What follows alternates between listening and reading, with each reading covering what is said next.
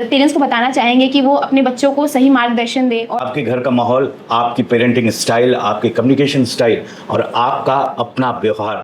तो ऐसे कंडीशन में मैं आपको बताना चाहूँगा कि बच्चा आपसे कैसे कनेक्ट हो। बताना होगा कि मेरा और तुम्हारा ये जो साथ है एक बड़ा साथ बन सकता है।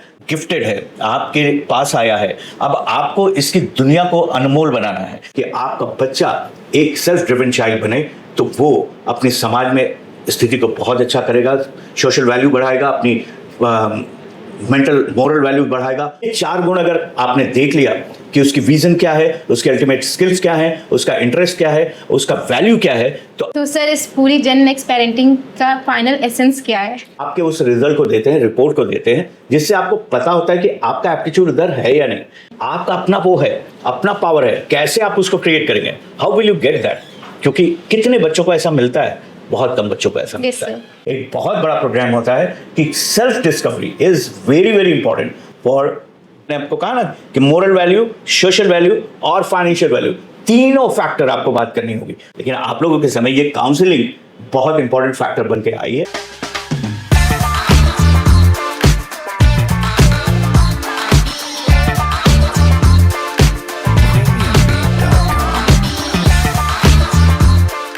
नमस्कार, मैं हूँ श्वेता ओझा और आप देख रहे हैं बनारस ग्लोबल टाइम्स। और आज हम अपनी एपिसोड्स की सीरीज को आगे बढ़ाते हुए सर से फिर से मुलाकात करते हैं, हमारे करियर गुरु श्री रविंद्र सहाय जी। नमस्कार सर। सर, आजकल के बच्चे बहुत जल्दी बोर हो जाते हैं, कई बार ऐसे सवाल पूछते हैं जो कि पेरेंट्स को भी समझ नहीं आते हैं।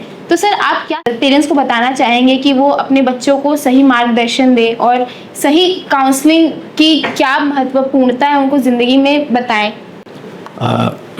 श्वेता, सबसे पहले आपको मैं बहुत थैंक्स बोलना चाहूँगा कि you have started this series.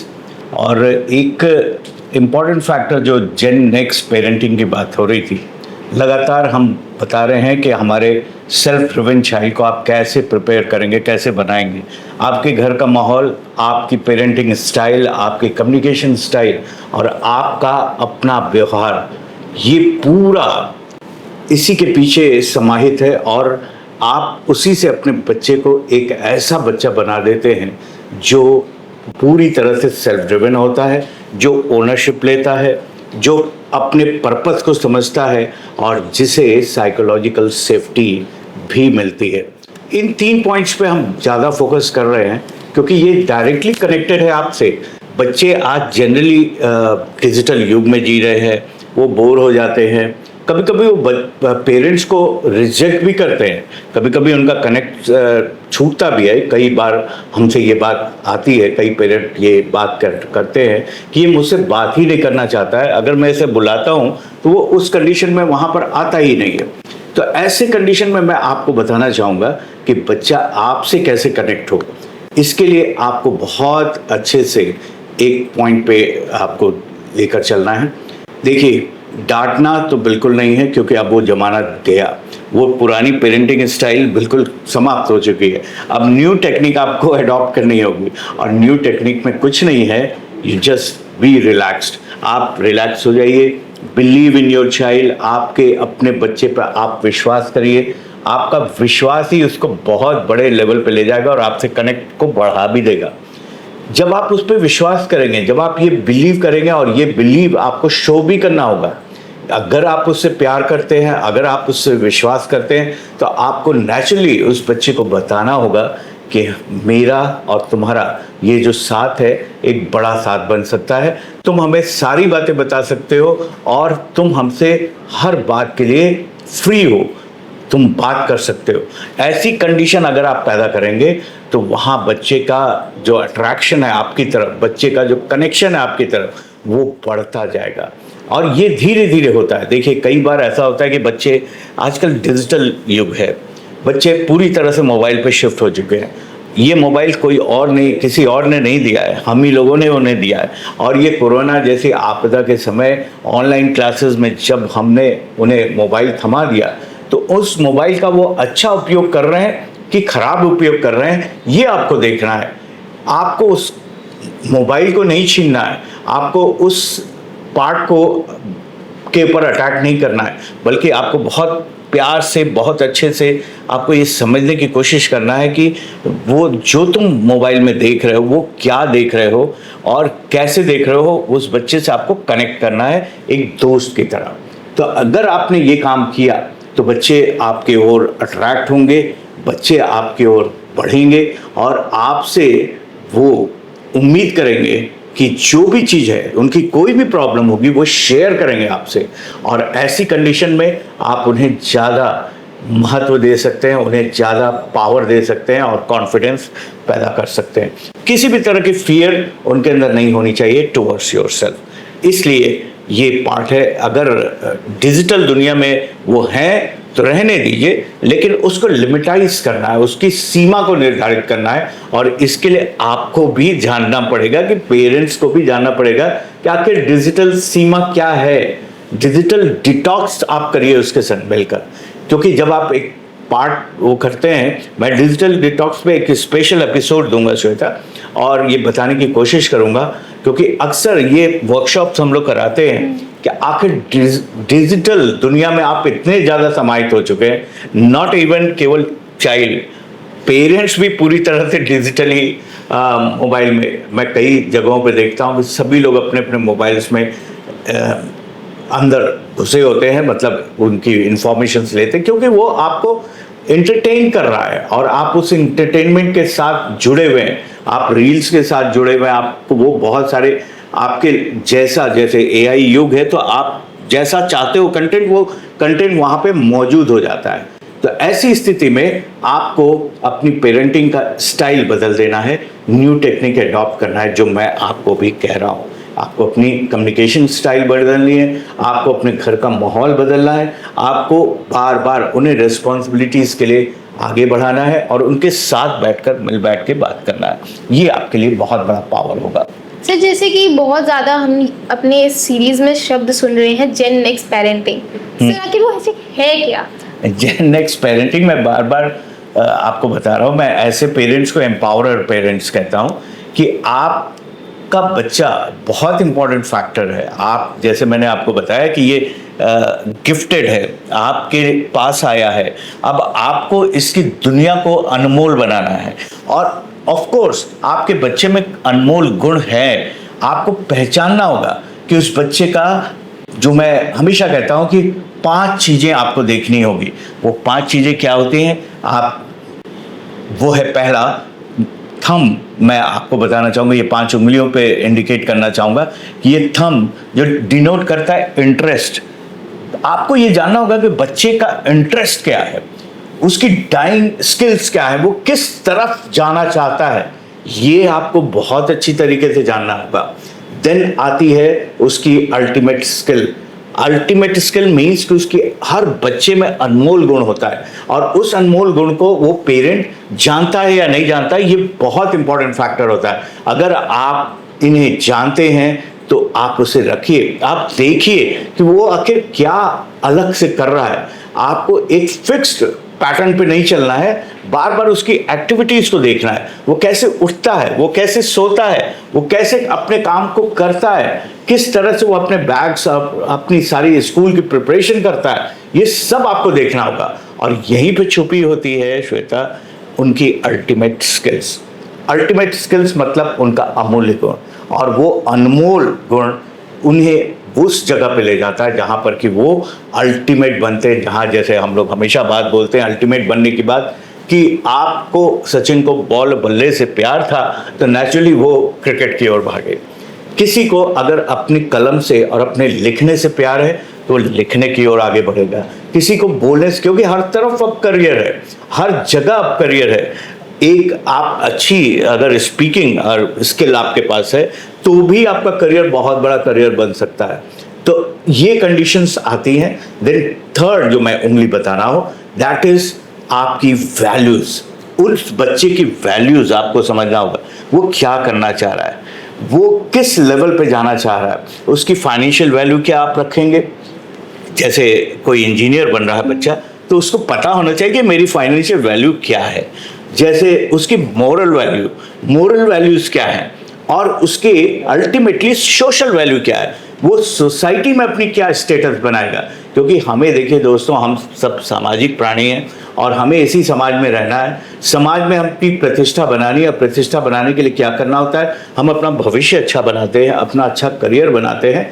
तो आपको इसमें बहुत बड़ी जिम्मेदारी निभानी है दोस्तों कि आपका बच्चा एक सेल्फ ड्रिवन चाइल्ड बने, तो वो अपने समाज में स्थिति को बहुत अच्छा करेगा, सोशल वैल्यू बढ़ाएगा, अपनी मेंटल मोरल वैल्यू बढ़ाएगा और देन अपनी फाइनेंशियल वैल्यू को भी बहुत स्टैब्लिश करेगा। साथ में जो चौथी बात हम कहना चाहते हैं, वो चौथी बात है कि आपके साथ विजन क्या है उसका, मतलब कहाँ तक वो जाना चाहता है। एक कमरे के कोने में रहना चाहता है कि पूरी दुनिया में परचम लहराना चाहता है। ये एक पेरेंट को अपने बच्चे से जानना चाहिए कि बेटा तुम्हारे पंख कहाँ तक तुम फैलाना चाहते हो, कहाँ तक जाना चाहते हो। तो ये कमरे के कोने में अगर वो रहना चाहता है तो आप उसे कमरे के कोने की बात करेंगे, उसी तरह के करियर की बात करेंगे। लेकिन अगर वो अपने पंखों को फैलाना चाहता है तो आपको फैलाने भी देना होगा। वही मैं हमेशा बार बार दोहराता हूँ कि माली बनकर देखिए कि वो पेड़, वो पौधा कैसे आगे बढ़ रहा है, अपनी डेस्टिनी को कैसे अचीव कर रहा है। और हर बच्चे की डेस्टिनी वहीं पर होती है। तो ये 4 गुण अगर आपने देख लिया कि उसकी विजन क्या है, उसके अल्टीमेट स्किल्स क्या हैं, उसका इंटरेस्ट क्या है, उसका वैल्यू क्या है, तो ये 5वीं चीज जो लास्ट फिंगर मैं कहता हूं, लीस्ट बट नॉट द, ये last finger but not the least, ये लीस्ट नहीं है बल्कि यही है आपका गोल। गोल, लक्ष्य आपका जब निर्धारित हो जाएगा तो वो बच्चा हमेशा, आपको भी पता है कि वो किस गोल की तरफ भाग रहा है, आपको भी पता है कि उसकी पावर क्या है, तो आप उसे एक अल्टीमेट पावर दे सकते हैं, अल्टीमेट बच्चा बना सकते हैं, सेल्फ ड्रिवन बच्चा बना सकते हैं। तो सर मोटिवेशन के लिए पेरेंट्स आखिर करें क्या? मोटिवेशन के लिए मैं बार बार इसी चीज को इंगित कर रहा हूँ श्वेता, कि मोटिवेशन के लिए कुछ और नहीं करना है, कोई बहुत बड़ी हम टेक्निक नहीं बता रहे हैं, बस केवल हम आपको यही बता रहे हैं, इन्वॉल्व योरसेल्फ। देखिए, एक जो पैटर्न हमने बताया था कि आस्क, आप उससे पूछिए कि व्हाट यू आर डूइंग, क्या कर रहे हो, आज का दिन कैसा रहा, आप कैसा कर रहे हो। इन सारी चीज़ों को जब आप पूछेंगे तो नेचुरल सी बात है कि वो बच्चा आपसे अपनी बातें रखेगा कि नहीं मैं आज ये कर रहा था, अच्छा तुमने आज मोबाइल में क्या देखा, किस तरह का इंफॉर्मेशन देखा, बेटा ये चीज़ मुझे नहीं आ रही, क्या तुम मुझे बता सकते हो कि ये कहाँ से ढूंढी जाए। आप अननोन बनिए, आप ऐसे बन जाइए कि मुझे ये नहीं आता, आपको आता भी है, फिर भी आप बच्चे से इंटरेक्ट होने के लिए और बच्चे के क्लोज आने के लिए आपको ये बात करनी होगी। आप उनके साथ आपको बताना होगा कि मैं तुम्हारे साथ हूँ, कहीं कोई फियर नहीं है, कहीं कोई प्रॉब्लम नहीं है। इस प्रॉब्लम को दूर करने के लिए आप कैसे आगे चलेंगे, ये जेन नेक्स्ट पेरेंटिंग का सबसे बड़ा फलसफा है। सर बच्चा अगर इनिशिएटिव ही ना ले रहा हो तो? हाँ, ये कंडीशन भी आती है कई बार। और बहुत अच्छी बात बताई श्वेता ने कि बच्चा इनिशिएटिव ही ना ले रहा हो, वो कोई काम करने में उसका मन ही नहीं कर रहा हो, इसका आपको सबसे पहले ये इंडिकेटर मिल जाता है। आपका बच्चा आपके घर में थोड़ा सा अलूफ बैठेगा, थोड़ा सा शांत हो जाएगा, क्योंकि उसको फियर है, कहीं ना कहीं फियर होगा उसको। दूसरा, जब आप कंपैरिजन करते हैं, अगर आपने कंपैरिजन अपने बच्चे का कर दिया तो वो कंपैरिजन आप बार बार किया तो वो बच्चा उस कंपैरिजन पैटर्न को उठा लेता है और वो शांत हो जाता है, इनिशिएटिव लेना छोड़ देता है, वो बिल्कुल ऐसा बन जाता है, एक डिपेंडेंट चाइल्ड बन जाता है। जैसे मैंने आपको बोला, इसमें इंटेलिजेंट कैटेगरी भी होती है, जो वो बच्चा बहुत तेज है, बहुत अच्छा है, अपनी पढ़ाई में बहुत अच्छा है, बहुत अच्छे मार्क्स भी ला सकता है, सब कुछ अच्छा कर सकता है, लेकिन आपने उसे हर लेवल पे सपोर्ट देने की कोशिश की, आप उसका हर काम मैनेज कर रहे हैं।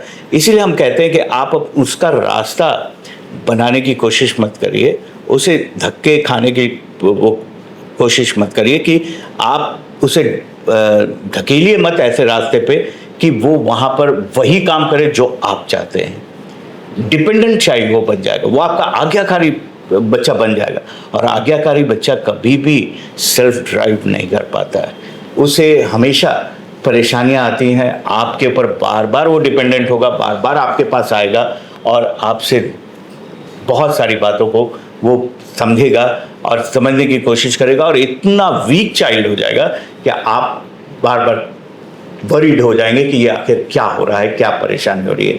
तो मोटिवेशन के लिए जो है, और बच्चा जब इनिशिएटिव नहीं ले रहा है तो उस इंडिकेटर को आप समझिए कि बच्चे का व्यवहार कैसा है, घर में वो रह कैसे रहा है, वो उठ कैसे रहा है, उठने के बाद वो अनबना सा तो नहीं है, उसका बायोलॉजिकल क्लॉक कैसा है, वो अच्छे से नींद ले रहा है कि नहीं ले रहा है, या कहीं उसकी कोई प्रॉब्लम तो नहीं है। उसे डिस्कस करने के लिए आपको नेचुरली उसके क्लोज आना होगा, और वो क्लोज आने की सबसे बड़ी प्रक्रिया है कि आप उससे बात करें, मुस्कुराएं, हर बात पे उसको एक फील दिलाएं, जिसको हम कहते हैं ओनरशिप। आप ओनरशिप दीजिए उसको, आप उसको पर्पस दीजिए, आप उसको साइकोलॉजिकल सेफ्टी दीजिए। अगर आप ये देंगे तो बच्चा ऑटोमेटिकली आपसे कनेक्ट हो जाएगा और अच्छे मोटिवेशन के साथ वो रहेगा। तो सर, काउंसलिंग जैसी चीज़ जो आप अभी कर रहे हैं वो बच्चे की ज़िंदगी में क्या रोल कर सकती है? देखिए, ये जो कुछ भी हम यहाँ बातें कर रहे हैं, this is a part of counselling, और काउंसलिंग होनी एक बहुत इंपॉर्टेंट फैक्टर है। अभी जैसे मैं देख रहा हूँ कि बहुत सारे अक्सर मेरे पास बच्चे आते हैं कि वो कॉम्पिटिशन्स की तैयारी करते हैं, लाइक नीट की तैयारी लोग कर रहे हैं, तो लाखों लाखों बच्चे, 25 लाख से ज़्यादा बच्चे उसमें अपीयर होते हैं, और सीट्स उनके अकॉर्डिंगली बहुत कम होती है। अगर ऐसी कंडीशन है तो नेचुरल सी बात है कि उन्हीं का सिलेक्शन होगा, तो उन्हीं के पास होगा। आपको ये जानना होगा पेरेंट्स को, और मैं बच्चों को ये बताना चाहूँगा, यहाँ काउंसलिंग बहुत पावरफुल होती है।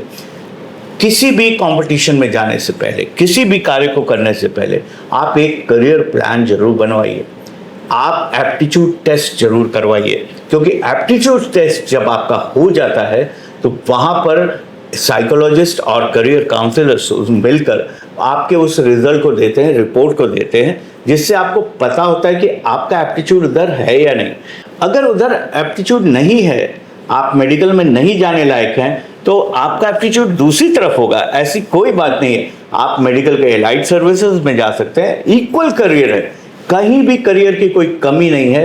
आपको हमेशा ये ध्यान देना होगा कि ये पार्ट जो है वो, और आपको ये भी बिलीव करना होगा कि अगर आपका बच्चा, आप, क्योंकि अक्सर हम ये सोच लेते हैं एज ए पेरेंट कि बच्चा हमारा डॉक्टर ही बने, और लेकिन एप्टीट्यूड उसका नहीं है।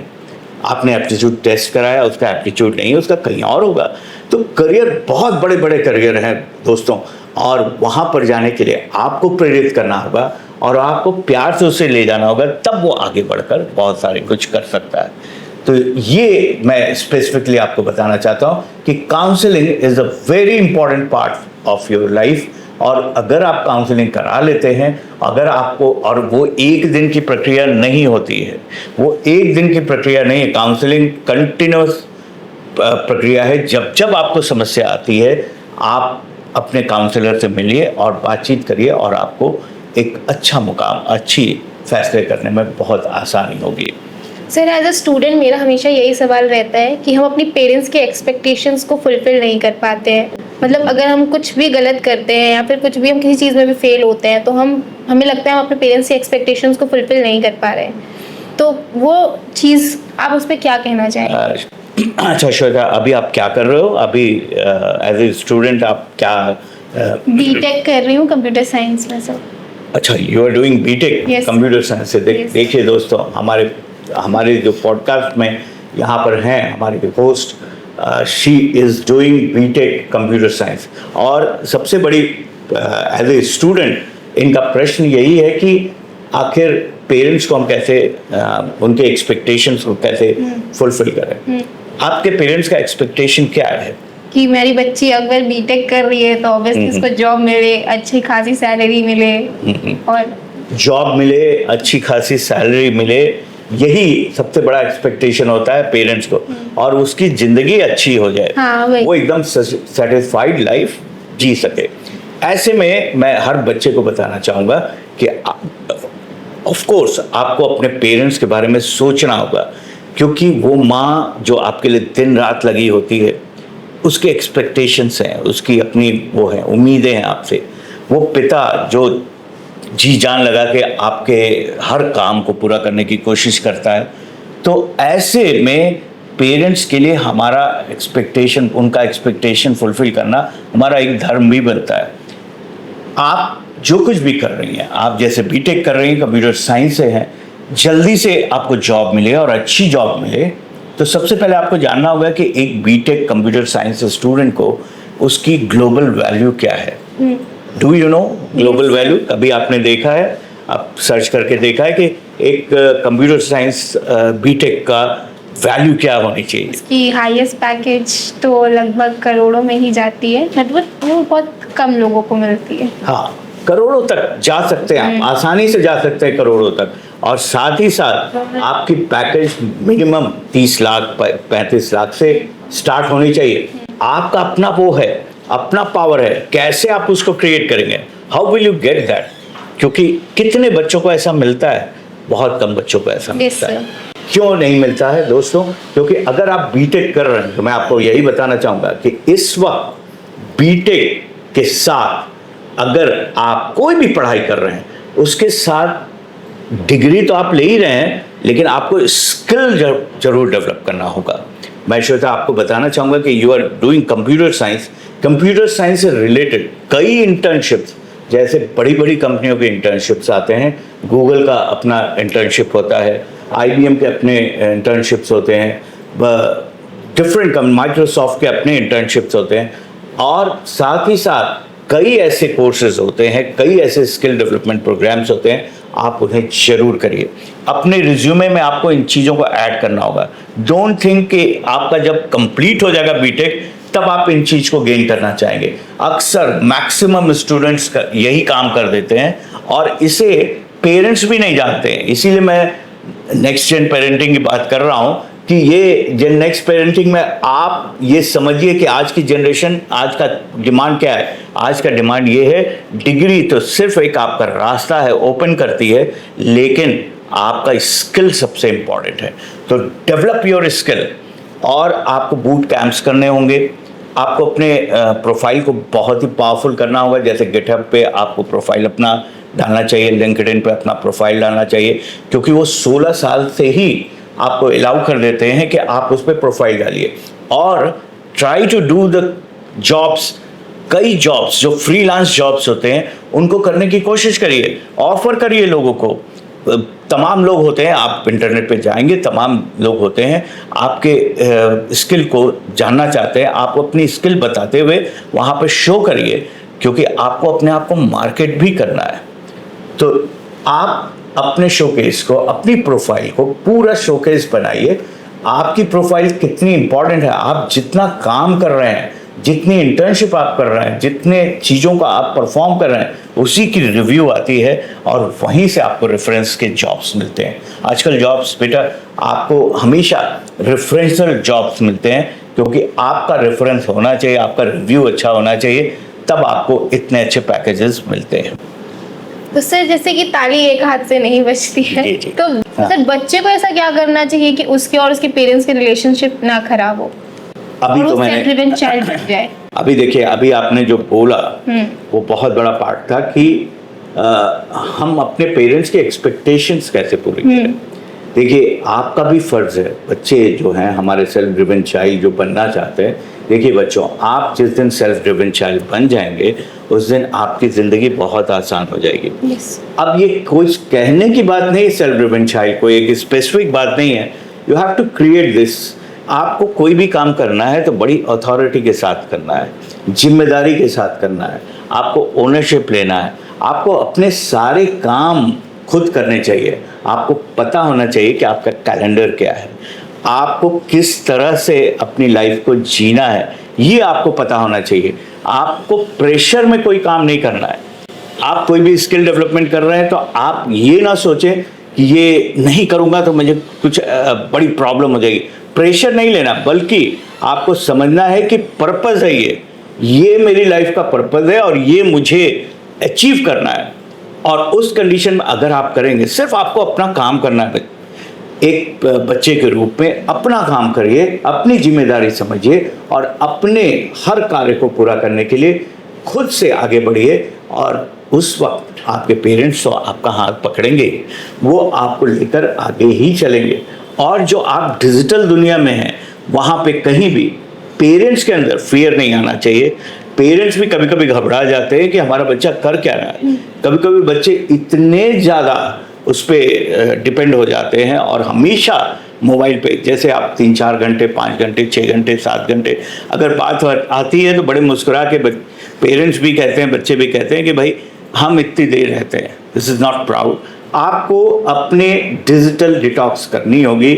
आपको पता होना चाहिए कि हम डिजिटल कितनी देर यूज़ करें और कितनी देर हम वहाँ पे रहें और उससे हम क्या क्या इंफॉर्मेशन लें। तो अपने पेरेंट्स के एक्सपेक्टेशन को पूरा करिए। कैसे पूरा करेंगे?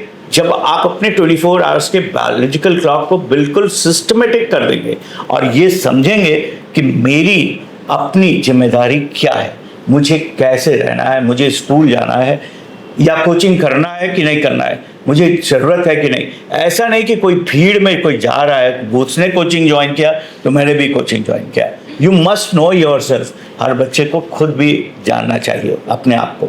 इसी को कहते हैं discover you in yourself. एक बहुत बड़ा प्रोग्राम होता है कि self discovery is very very important for getting the maximum result of your life.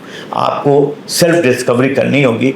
You have to knock here. आपको नॉक करना होगा कि yes what I am doing, क्या आज मैं अच्छा कर रहा हूँ। और ऑलवेज लिव इन प्रेजेंट में रहिए, अपने 24 घंटे को अच्छा करिए। आपके पेरेंट्स बहुत खुश होंगे और बहुत बड़ा बात करेंगे। सर, जेन नेक्स्ट पेरेंटिंग के कोर पिलर्स क्या है?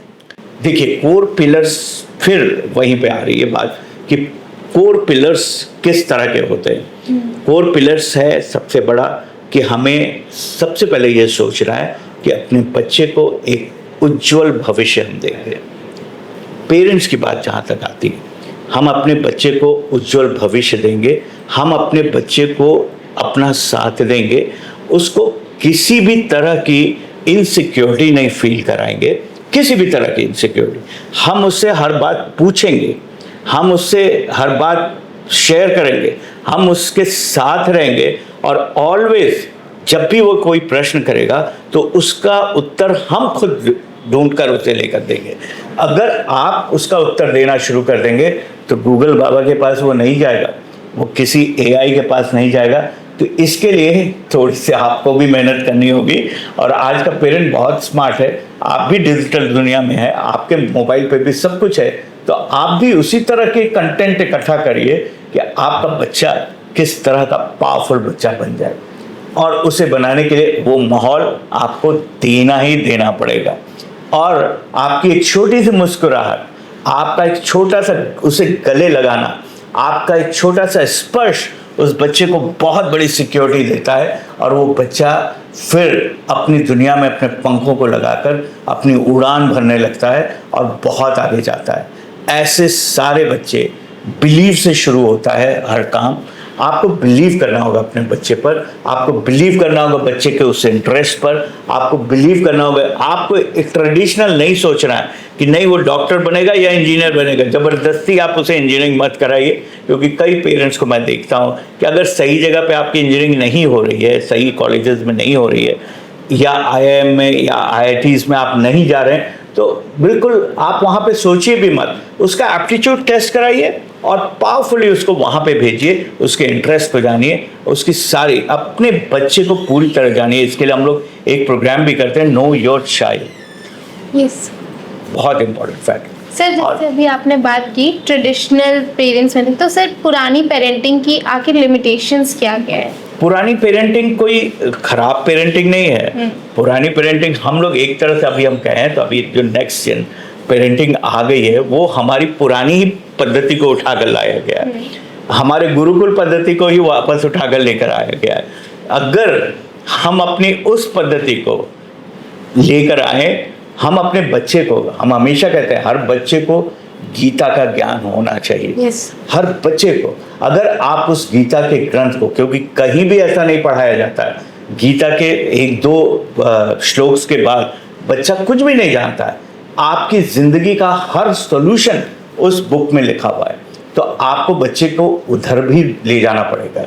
आपको उस पिलर को भी ध्यान देना होगा कि हमारा बच्चा मोरली स्ट्रांग, क्योंकि मैंने आपको कहा ना कि मोरल वैल्यू, सोशल वैल्यू और फाइनेंशियल वैल्यू, तीनों फैक्टर आपको बात करनी होगी। उसका इंटरेस्ट, उसका अल्टीमेट स्किल्स और उसका विजन, आपको ये जानना होगा कि आपका बच्चा कहाँ पर है। और इन सब के लिए आपके सहयोग के लिए काउंसलर्स मौजूद होते हैं, हमारी पूरी टीम मौजूद होती है। और आज का तो समय, क्योंकि हम लोग के समय कोई काउंसलर्स नहीं होते थे बेटा, लेकिन आप लोगों के समय ये काउंसलिंग बहुत इंपॉर्टेंट फैक्टर बन के आई है। और हमारे और आपके जो, आप बिल्कुल ये बात से कंफ्यूज मत होइए कि पुरानी पेरेंटिंग बहुत खराब पेरेंटिंग थी, ऐसा कुछ नहीं है। मैं पुरानी पेरेंटिंग को ऐसा कुछ चेंज करने के लिए नहीं कह रहा हूँ, मैं सिंपली ये कहना चाहता हूँ कि be humble with your child, believe in your child interest, believe in your child ultimate skill, know your child's reason, वो कहाँ जाना चाहता है और उसका गोल क्या है, उसके अकॉर्डिंग आप गोल सेट करिए, तो आपका बच्चा सेल्फ ड्रिवन हो जाएगा और बहुत प्यार से बिना प्रेशर के अपनी पढ़ाई को बहुत आगे लेके जाएगा। तो सर, इस पूरी जेन नेक्स्ट पेरेंटिंग का फाइनल एसेंस क्या है?